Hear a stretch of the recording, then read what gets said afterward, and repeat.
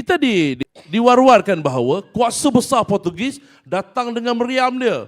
Datang dengan kehebatan dia. Jadi orang Melayu lawan dia dengan tombak, dengan keris dia. Jadi mungkin Datuk boleh ulas sikit tu. Sistem persenjataan, apa itu? Gambarkan, apa itu senjata orang Melayu? Silakan Tok, silakan. Bismillahirrahmanirrahim. Assalamualaikum warahmatullahi wabarakatuh. Alhamdulillah wassalatu wassalamu ala Rasulillah wa ala alihi washabihi wa man tabi'ahu wa man nasara wa wala.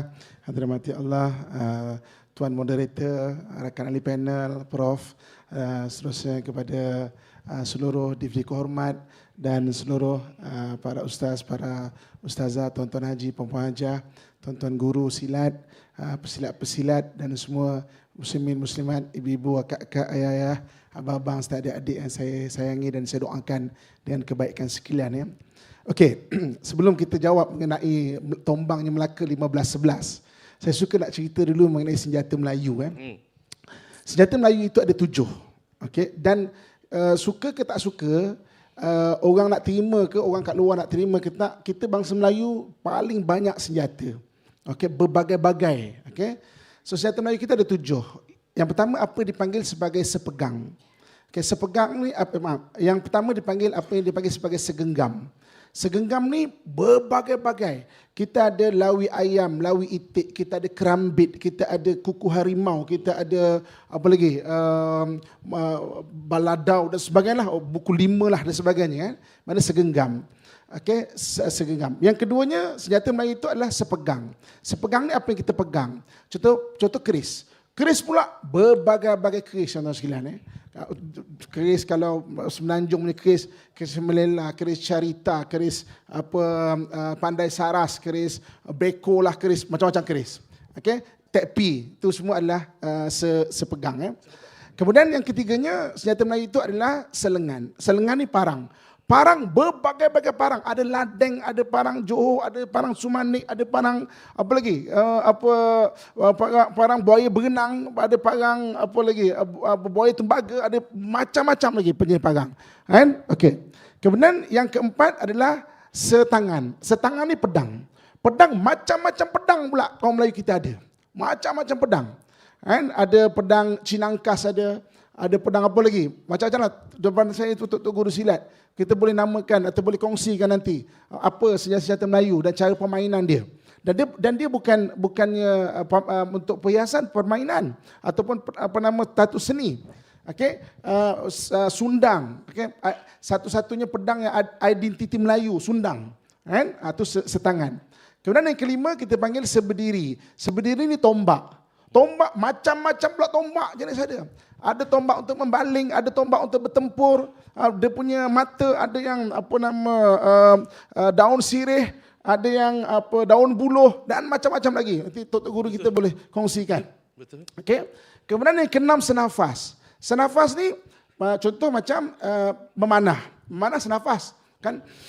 Tak nafas macam tu juga dengan istinggar. Istinggar ni senjata api Melayu. Kan? Maknanya kalau Tok Ndak kita biasa dalam maknanya ilmu apa nama senjata pistol, kan? Kalau nak menembak ni dia kena nafas antaranya, bukan boleh tak tepat, tak boleh. Kan?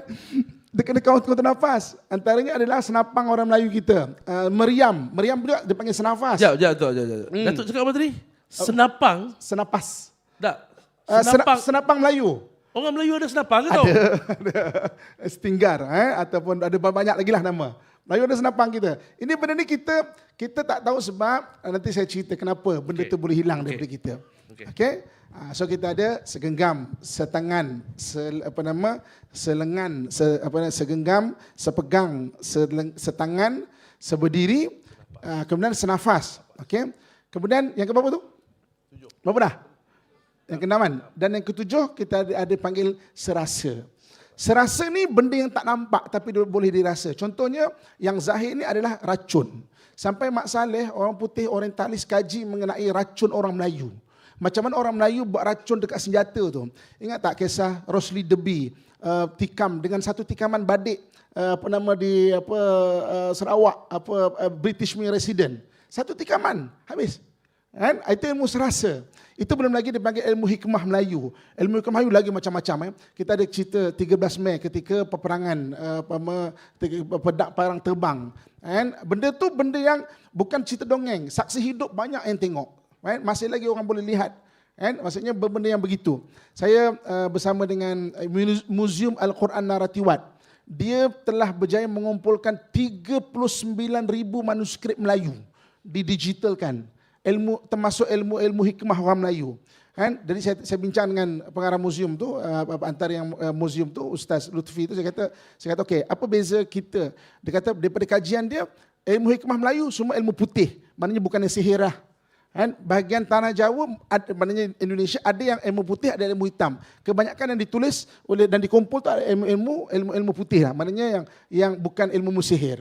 Kan? Sampai dia kata okey, orang Melayu kita pandai bentikan darah. Kan? Orang Melayu kita pandai, ada satu manuskrip hikmah tu, bila perut terburai, dulu kan kena, kalau sekarang ni kena pergi hospital jahit lah. Boleh susun balik usus tu. Kan? Dan ada herba-herba yang boleh mencantumkan balik tu. Kan? Jadi kita kenal dengan kain cindai. Kan? Yang kain tu ada herba yang boleh membentikan darah. Itu semua dipanggil ilmu serasa. Jadi maknanya nak ceritanya, maknanya ilmu Melayu tu, senjata Melayu tu memang berbagai-bagai.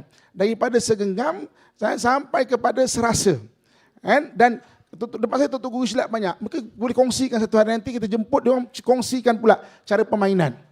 Macam contoh keris tajung. Keris tajung ni satu keris yang daripada Patani, ulu tajung tu, kan orang Siam nak claim bahawa itu adalah heritage dia.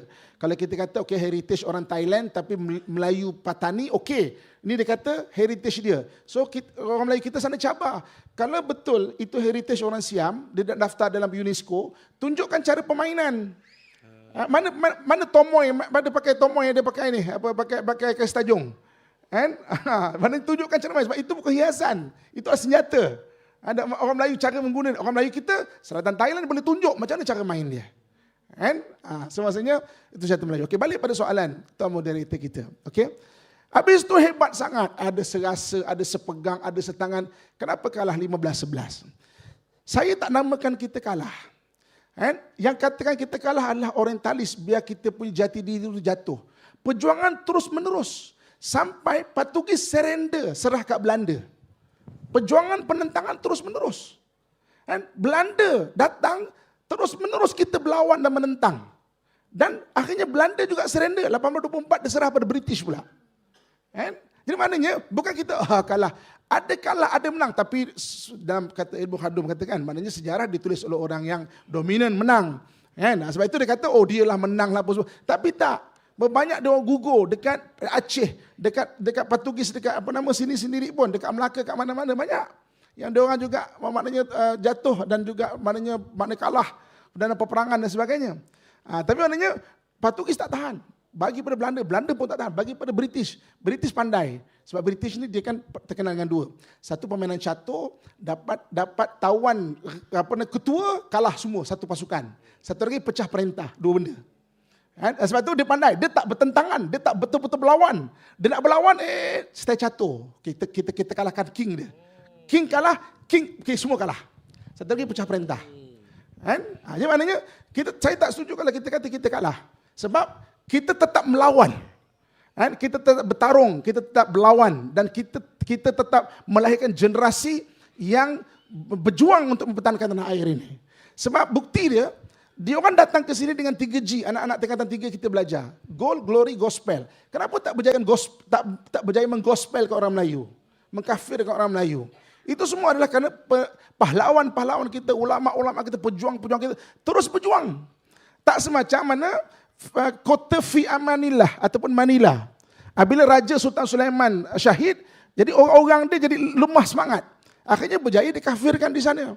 Tapi perjuangan Melayu Filipina disambung oleh Sultan Kudrat daripada Mindanao. Kudrat tidak berjaya dikafirkan. Sebab perjuangan itu tetap ada. Betul. So maksudnya, jadi saya tak kata kita kalah. Tapi kita terus tetap berjuang. Kita terus tetap melawan. Sampai akhirnya maknanya kita dapat satu iktirafan sebuah pembentukan sebuah negara yang merdeka daripada sudut takrifan moden lah. Tapi alhamdulillah. Tapi perjuangan itu tetap diteruskan. Sebenarnya orang Melayu kita memang senjata dia memang sangat-sangat hebat. Dan tuan-tuan nanti lagi kita akan cerita mengenai besi-besi. Saya kaji besi-besi senjata Melayu tu, Masya Allah. Lagi luar biasa. Datuk hold je, Datuk hold. Tunggu dulu.